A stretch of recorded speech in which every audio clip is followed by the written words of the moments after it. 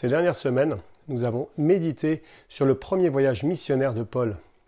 Partis d'Antioche en Syrie, Paul et Barnabas ont traversé Chypre avant de parcourir la région centrale de la province d'Asie mineure et de rentrer à Antioche. Nous avons d'abord vu que la mission est l'œuvre de Dieu. Ensuite, nous avons vu que la mission est aussi le travail de l'Église. Enfin, nous avons vu que la mission rencontrera toujours de l'opposition. Aujourd'hui, je vous propose une dernière réflexion. Malgré l'opposition, la mission réussira.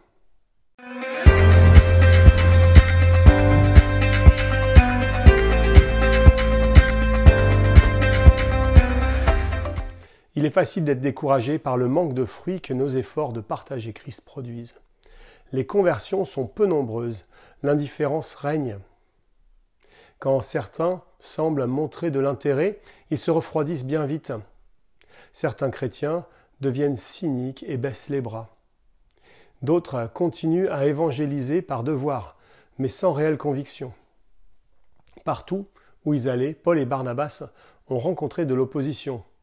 Mais en même temps, ils connaissaient le succès. À Chypre, le gouverneur romain a cru. Acte 13, 12. À Antioche de Pisidie, nous lisons que les non-juifs se réjouissaient en entendant cela. Ils célébraient la parole du Seigneur et tous ceux qui étaient destinés à la vie éternelle crurent.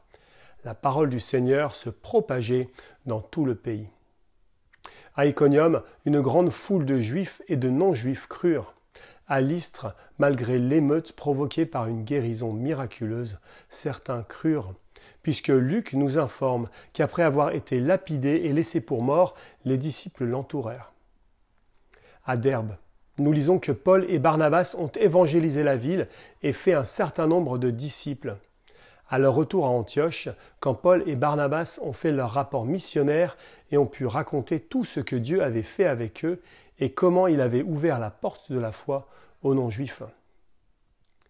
Les missionnaires ont persévéré malgré l'opposition, conscients qu'ils étaient ouvriers avec Dieu et que l'Éternel accomplirait sa volonté et sauverait ceux qu'il avait destinés à la vie éternelle.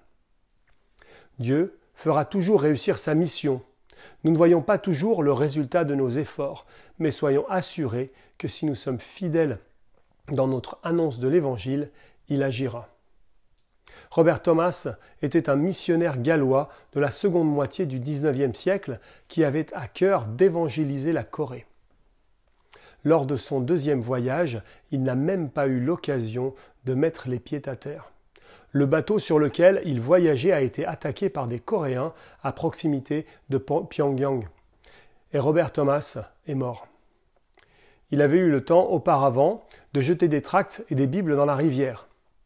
On raconte qu'un membre du gouvernement local a récupéré certains de ces tracts et certaines de ces Bibles et les a utilisés pour tapisser sa maison.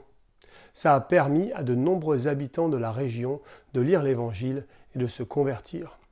Robert Thomas n'a pas vu le fruit de son travail, mais les Coréens chrétiens sont reconnaissants pour lui.